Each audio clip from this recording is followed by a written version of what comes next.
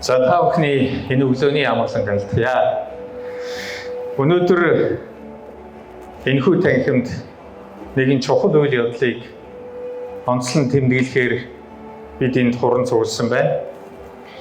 Юуны өмнө олон улсын магадлалын итгэмжлийн гэрчлэгийг энэ эрхийг нь авч байгаа та бүхэнд халуун баяр хүргье.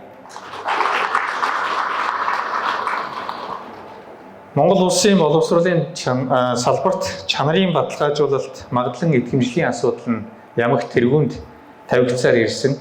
Та бүхэн сайн ойлгож байгаа. Чанартай сургалтанд магадлан итгэмжлэгдсэн. Тэр нь дотооддоо төдийгүй олон улсад танигдсан байх нь чухал.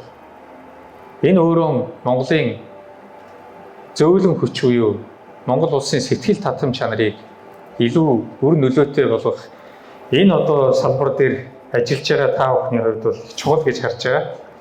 Монгол улсын их хурлаас 2023 оны 7 дугаар сарын 7-ны өдөр батлагдсан багц хуулийн хүрээнд боловсролын магадлан итгэмжлэх үндсийн зөвлөл нь боловсролын чанарын баталгаажуулалт магадлан итгэмжлийн байгууллага байхаар тусгагдаж эрх зүйн орчин бүрдэж чиг үүргүүд нь нэмэгдээд явж байна. Ер нь бол энэхүү магадлан итгэмжлэх энэ процесс үйл ажиллагаанд олон улсын харилцан зөвшөөрсөн энэ харилцаа маш чухал байдаг. Амар санаа дарга 4 сарын өмнө Герман улсад очиж ажлын одоо айлчлал хийж тэнд бас холбооны бүгд найрамд Герман улсын магадлан итгэмжлэх гэрчлэгээжүүлэлт чанарын баталгаажуулалтын Аквинт хэмээх байгууллагатай хамтран олон улсын шинжээчийн эрх олох сургалтыг зохион байгуулах болсон. За үүний яг энэ үр дүнг бид энэ тэмдэглэхээр сууж байна.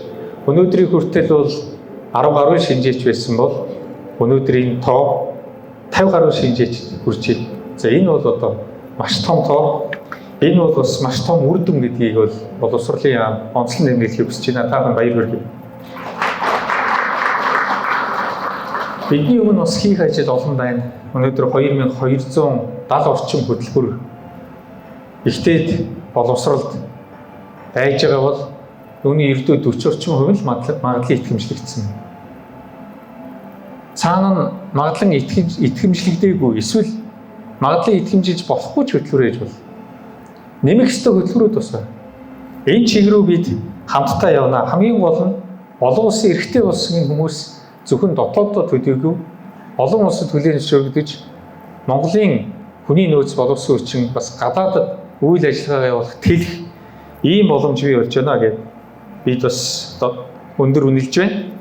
Цааш боловсролын магадлан итгэмжлэх үндсийн зөвлөлийн хувьд боловсролын байгууллага хөтөлбөрийн чанарт өөрчлөлт шинжил авчирсан мэргэжлийн үндэснийг шатлсан бүтцийг цогц байдлаар нь хэрэгжүүлсэн үндэсний мэдээллийн төвийн үйл ажиллагаа тогтворжиж эрдмийн зэрэг цол өөрийн орны болон гадаадын боловсролын тогтолцоо мэргэжлийг бүс нутаг болон олон улсад харилцан хүлээн зөвшөөрөх конвенцийн хэрэгжилтийг хангасан тогтвортой, өсөлттэй боловсролын салбарт шинжилэл, эерэг өөрчлөлтийг авчирсан ийм байгууллага болж хөгжинө гэдэгт бид гүнээ итгэж байна. Та бүхний ажилд дахин амжилт хүсье. Баярлалаа.